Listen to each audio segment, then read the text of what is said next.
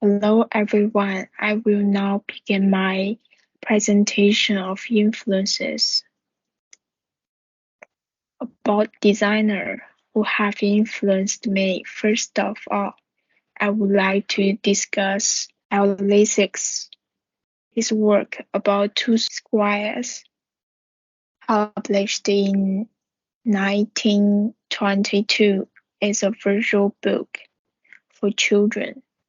He used two squares, a few lines, and a circle to form a maze of images.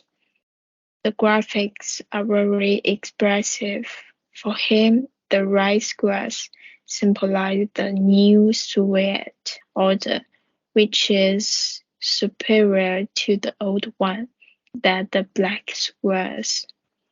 His philosophy to give shape to a simple idea and encourage children to play actively in the most basic way. Section of the geometry of thoughts I like firm when read.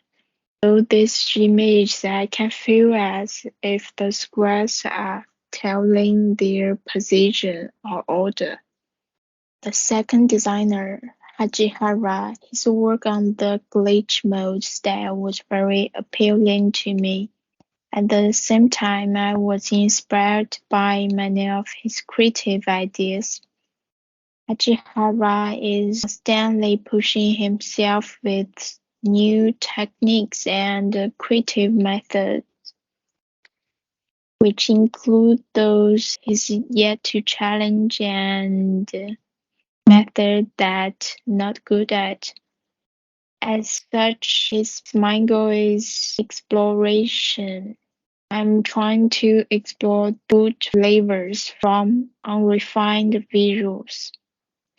In terms of his influence, Hajihara does not believe in the existence of good things in any area.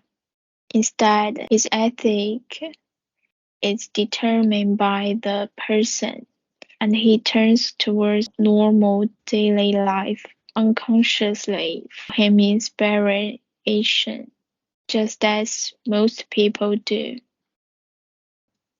Then American 3D artist Maita Al-Hadaf has come into the limelight with his unique scribble style. There are many elements in his designs about roundness and imperfection, images that have been torn and reconstructed. A subtlety that transcends reality is woven benefits a network of digital universe. Monuments that look like they have been destroyed from afar are broken up and reconstructed with realistic elements in a fiction full of beauty and confused subtlety and violence. Now about inspiration within the theme of identity and culture. I relate the important concept of blank living in Chinese painting to my introverted nature. The use of large area of blank living in Chinese painting can be perceived as a silent person. Therefore, I conducted further research into the concept of silence. Interested in the age of cynicism, the author explains how people began to distrust words in society at the time, and how what people said divided from reality.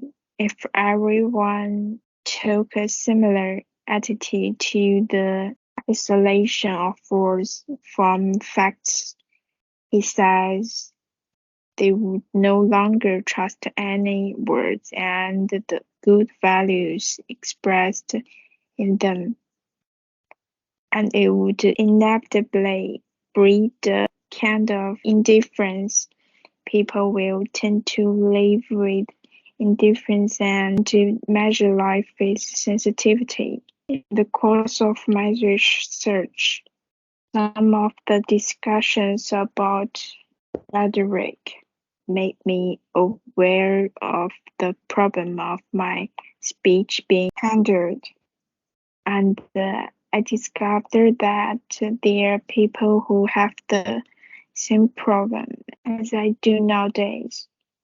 People are always saying, why would I care and why would you care in their heads.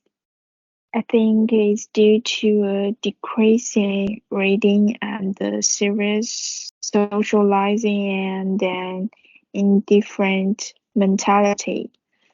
On the right are some of views and those I have gathered from people who have the same problem with blocked expression.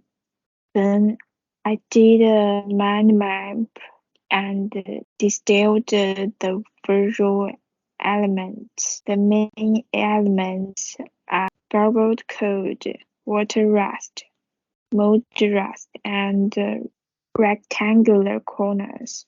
Now, showing on this page, I try to experiment visually with those corners of rectangles that have no content.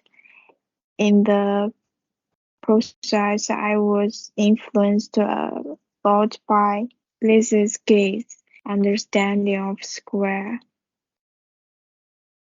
Then this page shows mainly the process of my work.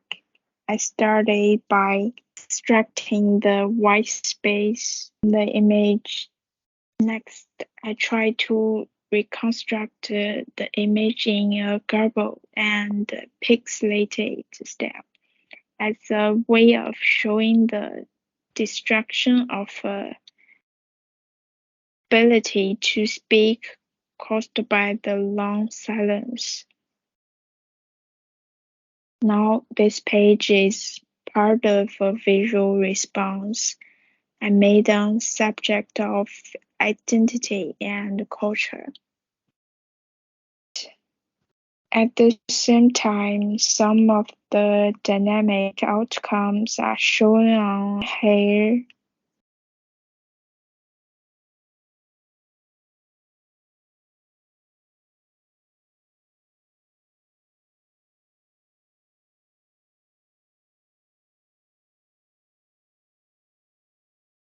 Now, finally, there are the references that I have used in my presentation above. And that's the end of my presentation. Thank you all for watching.